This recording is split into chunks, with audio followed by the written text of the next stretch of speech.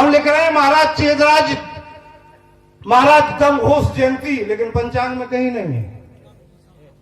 देखिएगा, हम आप जब आवाज बुलंद करेंगे तो आज जैसे कि कल देख लीजिएगा शायद पूर्णिमा है, तमाम जयंतियां हैं, उनके उपलक्ष्य में छुट्टी मनाई जा रही। दमघोष महाराज की जयंती के उपलक्ष्य में क्या छुट्टी नहीं मनाई जा सकती, लेकिन कब?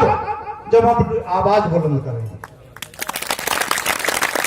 एक उदाहरण है, मां को सबसे प्यारा अपना बच्चा होता है।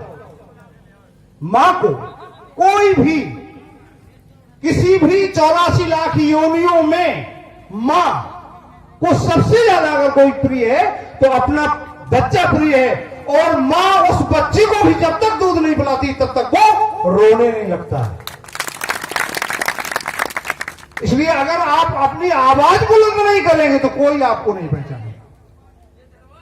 आप अपनी आवाज बुलंद करिए, संगठन में शक्ति लाइएगा।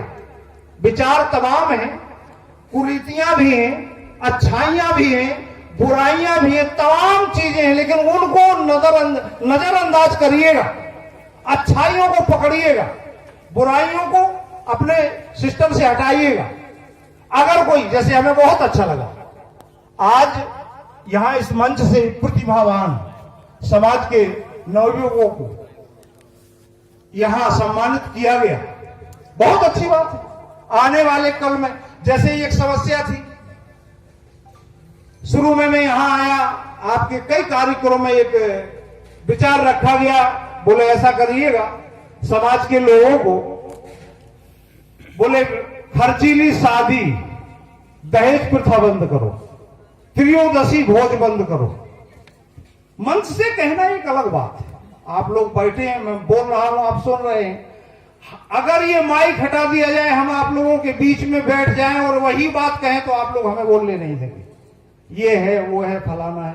अब चूंकि मैं माइक पे बोल रहा हूं, आप लोग शांति से सुन रहे हैं, तो ये जो कुरीतियां हैं इनको हम मिटाएं कैसे? इस तरीके से नहीं मंच पे मैं बोला, आपने सुना, झाड़ा चलते बने, बोले उन्होंने ये कहा था, उन्होंने ये कहा था, बात समाप्त। लेकिन हमें उसको समाज में, धरती पे, धरातल पे उतारना है तो कैसे उतारे? किसी के यहां कमी होती है, सबके यहां होती है। ईश्वरीय विधान है, जो जन्मेगा वो मरेगा। उसके यहां समाज के प्रबुद्ध जनों को जाना चाहिए जिसके यहां कमी हो गई। बोले भैया हम समाज से आपके पास आए हैं, भगवान ने आपके यहां गमी की है, भगवान आपकी आत्मा को शांति प्रदान करे, आप धैर्य रखें, लेकिन आपको मृत्यु भोज नहीं करना है। मंच से तो कह रहे हैं मृत्यु भोज मत करो, लेकिन जहां बैठे चाय की दुकान पर वहां चर्चा कर रहे हैं, बोले कछु नहीं बचो बाप की तेरे में कछु नहीं कर पाओ। वही लोग जो मंच पर भाषण देते हैं, पहले उसके घर जाइए, उससे आग्रह कीजिए कि आप मृत्यु भोज नहीं करेंगे, मैं आपके साथ हूं। इसके बाद जब उसकी त्रयोदशी हो जाए, पंडितों को खिला दे, कन्याओं को खिला दे, इसके बाद आप एक तखत डालिए और उस व्यक्ति को बुलाइए। मान लीजिए आपके जतारा क्षेत्र में, जैसे हमारे झांसी में गुरसराय बेल्ट घोसियों का बेल्ट है, टीकमगढ़ में जतारा बेल्ट घोसियों का बेल्ट है, छतरपुर में घुआरा स्वारा घोसियों का बेल्ट है। वहां के प्रबुद्ध जनों को एक तखत डाल के उस आदमी को मंच पर बुलाएं और कुछ नहीं, गेंदा के फूलों की माला उसके गले में डाल दे। आपने जो मैं चाहता था वो किया, जो और लोग देखेंगे बोले सम्मान मिला उस पर। कौन नहीं चाहता? कोई बीमारी से गुजरा है, लाखों रुपए हॉस्पिटल में लगा के आ रहा है, और उससे पूछो पुत्रियोदशी कैसे कर रहा है, वो भी नहीं चाहता। उसी के घर का व्यक्ति गया और वही खर्च कर रहा है, नहीं कर रहा है तो लोग टिप्पणियां कस रहे हैं। तो ये समाज के लोगों का, प्रबुद्ध जनों का, हम सीखेंगे कैसे जो आपने किया। एक उदाहरण के तौर पर, अगर आप गुटखा खाते हैं, अगर आप गुटखा खाते हैं और आपके बच्चे नाती देखते हैं कि हमारे दादाजी इस तरीके से गुटखा खाते थे, तो वो भी उसी तरह से खाएंगे। एक डाली से जो बंदर कूदता है, उसी डाली से सारे बंदर कूदते हैं।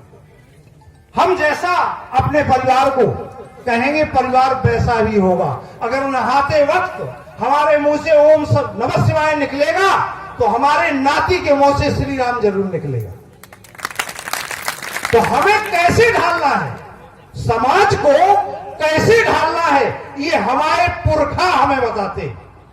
तो जब आप प्रबुद्धजन, हमारी समाज के प्रबुद्धजन वहां जाके उससे आग्रह करें कि नहीं आपको ऐसा नहीं करना है, और पुनः उसे सम्मानित करें, तब आने वाले 10 लोग देखेंगे, 20 लोग देखेंगे, 50 देखेंगे, उस पर आगे बढ़ेंगे। दूसरा बिंदु, बोले शादी दहेज प्रथा बंद करो। कैसे हो भाई? हमें देना है, अगले को लेना है। उदाहरण के तौर पर मैं किसी को 5 लाख रुपए दे रहा हूं और बच्ची की मुझे शादी करनी है। मैं किस प्रकार से दे रहा हूं, पता चला वो 5 लाख रुपए खर्च कर रहे हैं। निकला क्या? खोदा पहाड़ निकली चूहिया। ऐसे नहीं, उनको ये समझाइए, आप लीजिए। अगर किसी परिवार का बच्चा, निम्न स्तर का बच्चा ग्रेजुएट करके कोई नौकरी प्राप्त कर लेता है, उस पिता से पूछिए उसने कैसे पढ़ाया। कोई पार्टी जाती है बच्ची वाली और उससे कहती भैया इतना पैसा देंगे, ठीक है, लेकिन वो अपने रुतबा में उस पैसे को जो बच्ची वाले ने दिया उसको खर्च दे दे, खर्च कर दे, क्या निकला? कुछ नहीं, जीरो। तो उनसे कहिए कि आप खर्चीली शादी, दहेज नहीं रोक सकते, किसी की क्षमता ही नहीं, खर्चीली शादी रोकिए। किसी ने दिया उसको आप सिस्टम से लीजिए, और देखिए बिगर अर्थ के, बिगर पैसे के दुनिया में कोई पूछने वाला नहीं। अगर आपके पास पैसा है तो सलाम करती है दुनिया, और अगर आपके पास पैसा नहीं है, आप कितना भी कुछ बोलते रहें, कोई आपको पूछने वाला नहीं। इसलिए अगर किसी गरीब घर का बच्चा नौकरी करने लगता है, पता चला लड़की वालों ने दिया और उनने खर्च कर दिया, जीरो का जीरो, कल के दिन नौकरी चली गई, कल के दिन नौकरी चली गई, हुआ क्या? पता चला सुसाइड कर लिया बच्ची ने, पिता ने कैसे दिया। तो उनको रोकना मुझे क्या है, समाज को करना क्या है? समाज को करना यह है कि हमें उनको खर्च करने से रोकना है। हां, खर्च कीजिए, कहां कीजिए?